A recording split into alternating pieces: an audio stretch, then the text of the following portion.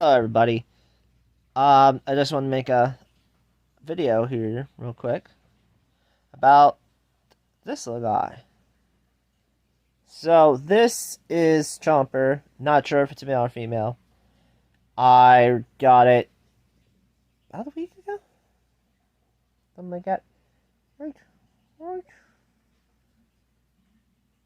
So, this is Chomper. Hold on. He's trying to leave. I'm holding the phone in one hand, and he is trying to leave. And there he goes. And there he goes. There you go. Oh, boing. Big jump. Oops. I'm just doing my arm. Nope. Oh, there he goes. He's leaving. He's leaving.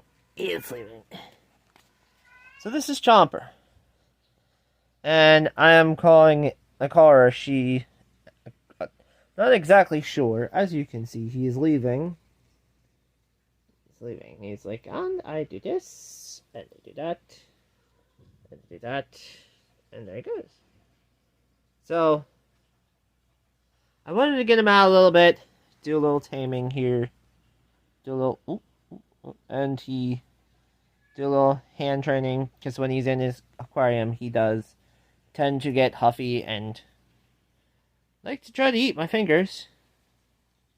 But this is an easy way to get him out, get him a little exercise here. Right? Just a little exercise. Yeah, you all huffy. So this is the easiest way. Now, he's a baby. As far as I know, he was hatchling. I'm not exactly sure how old they are. How old he is. Now, I've wanted some type of big lizard for a while. So, a lot of people don't know this. I'm going to try to start my YouTube channel back up. But I do a lot of reptiles and stuff. I'm going to probably post this to Facebook so people can find my YouTube. But I do a lot of things with reptiles. I have breeding projects for my tokay geckos, and my leopard geckos for right now. And bearded dragons. But that is another story for also morning geckos. That's another story for another time. So I wanted a big lizard, either a tegu or a monitor, for a while. And I got my income tax here recently and decided that because I have an extra aquarium and I could start out with something small and then build an actual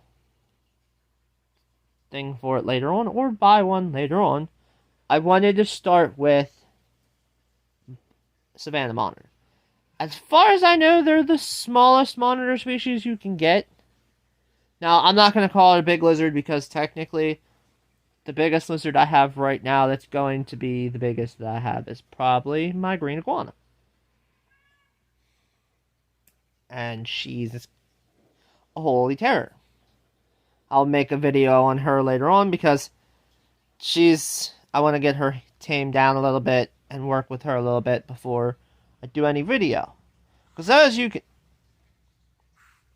There we go. It gets a little feisty, little pissy ass there. Now, I want to make a couple notes here for people. I don't want this video to be one where, hey, I'm going to go buy a monitor because I see this guy have a monitor. Don't do that. I'm going to tell you right now.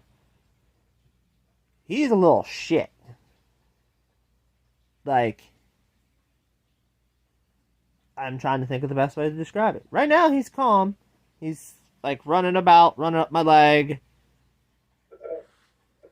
There we go. You can kind of hear the attitude there. Now, I've only had him for a week or so, or maybe a couple weeks, so I have been working with him. I found him on Morph Market. There was a breeder on there that had quite a few of them, and they're looking to sell them. That's what Morph Market is. And he was about, going to say $50-$60 for captive bred hatchling. The shipping wasn't a whole lot because where the person lived at was not far away from me. I would recommend using Morph Market for a lot of things. That's going to be the first thing there. I would recommend Morph Market for a lot of animals. I got my morning gecko from there. I got, what else did I get? My bearded dragon. Leopard gecko. Like, I got a lot of my stuff from Morph Market. So, I would recommend Morph Market. 2. First one is going to be, don't go out and buy a Savanah monitor unless you know what you're doing. 2. My cage setup is very basic for this creature. And you just jumped off my arm. It has substrate for digging. It has a humidity and a heat sensor. It has a UVB light and one's a 50-watt halogen bulb that can create over 90-some degrees. And a red 75-watt iridescent bulb. I have 2 of them. I keep them both on during the day, along with the UVB, just because that way I know that it is getting proper heat. I use slate because slate holds in heat, gathers heat, holds in heat, and they like to lay on it. So before anybody goes, oh, well, you're not doing that right. I have done my research. I have done like several hours of research for monitors and tegus and stuff like that. I just have done hours and hours of research. And it wasn't like I threw the enclosure together in a day. I did my research. I watch other people that have Savanah monitors on YouTube. They use slate underneath the lights. They also recommend using halogen bulbs. I was able to get my hands on 3 halogen lights, but I didn't see the need to run 3 halogen lights. Especially when their temperature is like 100 and some degrees. And the halogen light produces 90 something by itself. That's why I run a 75 iridescent and a halogen bulb. Because I'd like to get all the tanks upgraded to halogen bulbs later on, because I have tropical species that require halogen bulbs. Or require really high heat and really high humidity. And the halogen bulb would help that out a lot. I have bearded dragons that the halogen bulb would really, help out a lot. But right now we're talking about the Savanah monitor. So we're going to go into the Savanah monitor. Now, I'm going to also say this. They eat a lot of bugs. Now you will see in my enclosure, I have a dish that has mealworms in it right now.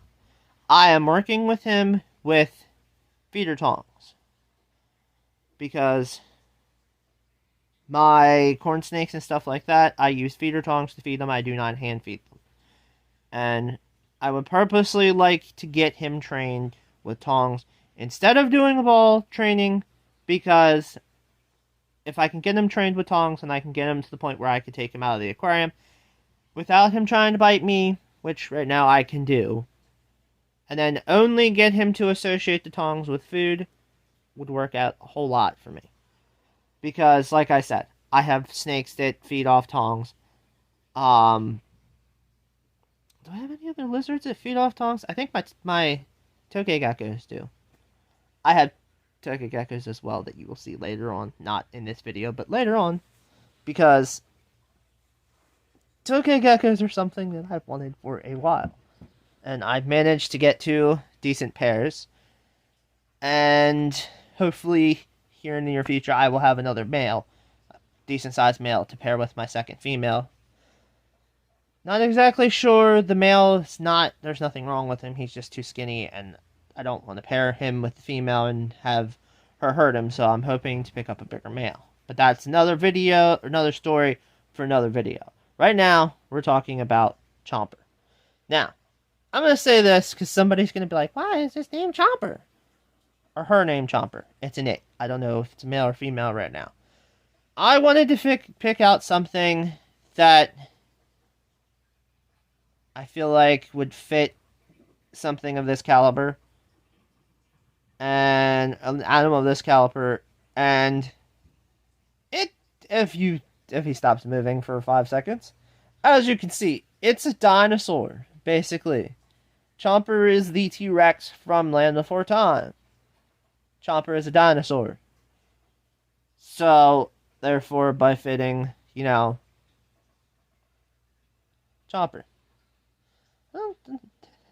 So, weird thing, and I'd like to make a comment here that I'm taking notice. His tongue is almost the same length as his head. I did not realize that monitors' tongues were that long. I'm used to snakes and... So, I'm going to pause this, and then I'm going to pick it back up at his tank. So you guys can see his tank. Because I would like to put him back. Yeah, I should plenty of exercise. Yes, you do. Yeah, plenty of exercise. Gosh. Gosh, plenty of exercise. Oh, there he goes again. So also, before anybody asks, he's in a big enough tank that he gets enough exercise during the day and during the nighttime that I don't have to worry about him getting too fat. Because that's, like, one of the biggest things. But like I said, I will pick this video back up in my reptile room with his tank. Okay? Okay, so we are picking this back up at Chomper's enclosure. So this is his enclosure. This is a 20-gallon long or 30-gallon long. I'm not completely sure exactly what it is. I know it used to house my pair of leopard geckos. I upgraded them for breeding purposes. So this is Chomper's enclosure. How you doing, little buddy? Now, as you can see, in his enclosure, he is a completely different story. Okay, I can get him out and relax on my hand. This is Chomper. He'll relax on my hand. And then I can put him back in the enclosure. And there he goes. Or he's just going to chill. Because sometimes he's weird like that. Wait, Chomper! Chomper! But as you can see, in his territory, he is holy terror. So, this is Slate. Now, I'm going to explain this to you because I'm going to recommend that if you get any species that requires hot heat, use Slate. Now, I'm going to recommend you can buy Slate tiles and stuff. This is Slate that I gathered. Now, if I can show you without disturbing him. As you can see, it's a couple different pieces of slate. Here's a little cave there. These are two different pieces of slate, and the ramps up are slate. Different pieces of slate. This underneath here is his cave. He has a cave underneath there. He also has this that he can hide inside of his little water dish and the food dish, which later on I plan on removing the food dish and feeding him completely on the slate. Now, this is slate that I've gathered. And I gathered this slate from outside. Before anybody has a freak out about it, this slate was broken into pieces by me and soaked in boiling water. Now, I wouldn't recommend directly boiling it on the stove because slate is known to break and crack apart at high temperatures, like really high temperatures. So, he's underneath there. Yes, little guy. So there's a cave. I have it set up so he has plenty of hiding spaces. He doesn't feel like he's, being harassed all the time. But on to lighting and heating. This right here, if I can get a good shot of it without knocking lights off, is a thermostat. You're not going to be able to see it because now it is 77 humidity and 117 temperature. It's a little messed up. The screen's kind of messed up from being spread. Don't mind that. That's a rat cage. The screen is kind of messed up from being spritzed and stuff with water. So it is 77 humidity and 117 temperature. And I'm going to pull the lid back because it's only reading 117 because I don't have the lids back or the lights properly where they're supposed to be. Okay, this light needs to go over. I don't know how this light got in the center. This light... Oh, no, I see. It's because I stapled all of them. I have them all hooked up that they're, you know, kind of... Oh, this lid sucks.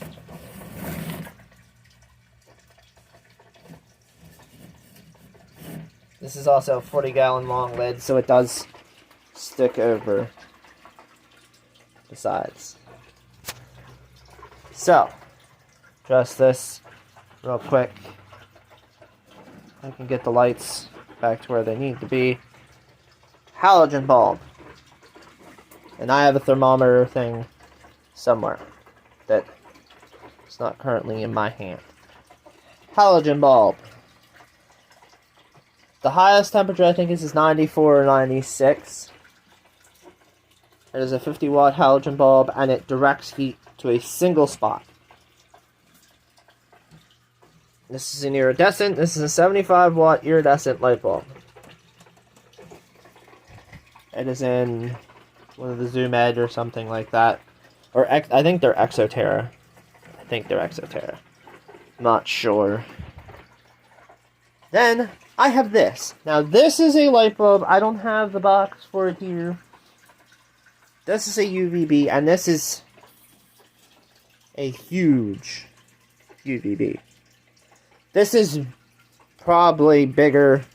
It doesn't tell you on the side of it. I'm not taking the light bulb out right now. This is a huge UVB compared to what I use for my iguana and Cuban nightingale, or compared to what I use for the bearded dragons. That is a huge UVB bulb. And it is, like I said, huge compared to what I use for other reptiles. But that is what they need. Like I said, I'm not saying, hey, go buy a Savanah monitor, because this is your basic setup. This is my basic setup. This is the way that I find out works easiest. So, that's kind of gonna be what it is, but that is his aquarium. Now I plan on switching up later on and building him an actual big either plywood or plexiglass enclosure to the specs that he needs full grown, but right now this will keep him for about a year or so I can get everything together to build the enclosure. So let's recap here from what we just showed you with the enclosure and the animal. First, I'm going to specify this, do not go out and buy a monitor if you don't know what you're doing. I've done my research. I have a notebook, wrote down of everything that I've learned, everything that I know to do, all the information on the animal, species, name, temperature, everything. I've wrote down the feeding, everything. Do your research. Please do your research. 2. That is not a permanent enclosure. Nobody needs to have a freak out. Nobody needs to be like, hey, that's too small. Or that's going to be too small. That's not good enough. That is not a permanent enclosure. That is also the UVB bulb that was recommended to me by 2 people and by a website upon where I read the information for the heating and the lighting. So again, do your research. As well as please make sure you know that you're getting your animals from a reputable breed. Somebody who is not just selling you an animal that they have gone and grabbed out of the wild, or selling you an animal that they have no idea the genetics, and it's going to crash and burn. I've had a few representations of them. I had Uromastics, a nice pair of Uromastics, and they weren't shipped to me properly. A couple of months after I got them, they crashed and burned. And it wasn't because of me not taking care of them right. I had all the lighting, everything set up right. It's the fact that I was told and sent pictures by the person that I bought them off of, the care and what condition they were in, and they were not in the condition that I was given. And I did try my best to get them into the condition that I needed them into. It was a male and a female pair. I tried to get them into good condition to use them for breeding, and my luck, it did not work out. It was like 2 or 3 months after the fact of the original purchase. Do your research. Make sure you're getting them from a reputable breed. And also make sure they're all captive bred. They were checked for parasites, everything else. There was all kinds of stuff wrong with them. The male was real skinny. They had been eating. I had been giving them vitamins and stuff they needed properly, proper food, proper diet, and they still died. So it's not always on the person who takes care of the animals. If you do breeding, you have breeding projects and you sell the babies, do not lie to the person.